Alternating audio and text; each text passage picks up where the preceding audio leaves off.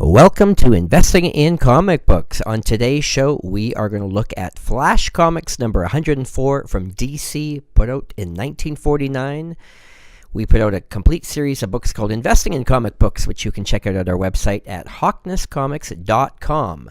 So let's look at Flash number 104 today and look at the pros and cons of, is this a good book to invest in?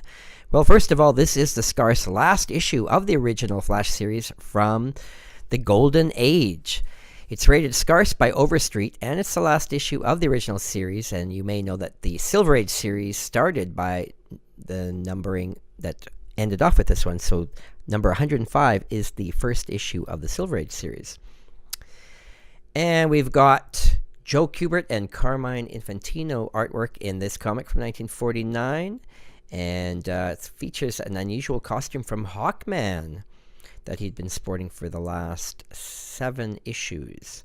This is a major key issue. It's the second most valuable DC comic from 1949, and in fact, it's the third most valuable comic from any publisher from the late 40s. And not only that, it's the number 4 most valuable DC of the entire Atomic Age, which I count as 1945 to 54. And it's also the 6th most valuable comic from all publishers of the entire Atomic Age, that same decade period. Between the Golden and Silver Ages. It's fallen in rank in recent years as few comics have been increasing faster than this issue. A decade ago it ranked as the 3rd most valuable. Now it's the 6th. So we're going to find out some details about what has happened with that. First of all, let's look at the CGC census. Only 18 copies have ever been graded unrestored over the past decade in all conditions. That is very few copies. And in fact, there's only 2 copies graded 9.0 or better. And Heritage Auctions has sold 13 copies in the last decade, so roughly 1 copy a year in all conditions. Beautiful red cover. Looking at the Overstreet Price Guide's values for the last 5 years, you notice that the book has shown some steady growth, not huge growth each year, but in 2012 it went up another 300 years after it had stalled for 1 year. But generally it does seem to have a $300 to $500 a year gain. Now, that is why it's fallen in the overall ranking, because its growth has been smaller than some other books. But still, that really doesn't matter. We're focusing on this one particular book. If you've got a mid to high grade copy, you've still made some money. Looking at the low grade, again, there has been some growth just due to enough movement in the top grades. But low grade, we're looking at $30 for a 2.0 gone up in the last decade. So in 5 years, $33 growth to be exact. So based on that, not sure if you want to spend that much money to invest in a low grade copy to see it go up $30.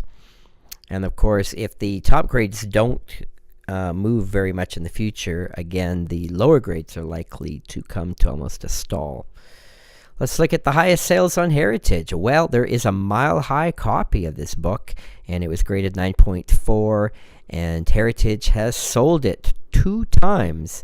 Notice a big price difference. The record sale was in 2008. It sold for $47,000.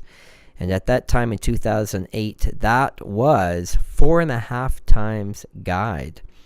So that was pretty pricey. But just in 2010, the copy went up for sale again. Was not as an impressive sale, but did still sell for $31,000. So that still was 2.5 times guide. There's been some other high-grade copies that Heritage has sold as well, and of course, brought way over guide as well. This is a key book in high grade. There's just not many copies, but looking at the CG census, you'll notice that in any condition, this book is hard to find. They're just not out there. And of course, that has helped to drive the price up of this book in the first place. It is known to be a scarce book. Copies have never turned up over the years of collecting.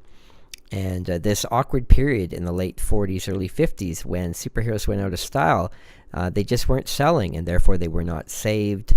And being last issues, originally when the Overstreet Price Guide came out in the 70s, the later issues were usually the lowest priced because they were considered the most current or common or modern issues. But the simple fact is, when you got a scarce issue like this that's not selling anymore, that even lands up being canceled, and we see that a lot with modern age books as well. The later issues land up being the rarest books because at that point, nobody's buying them. They're just not popular.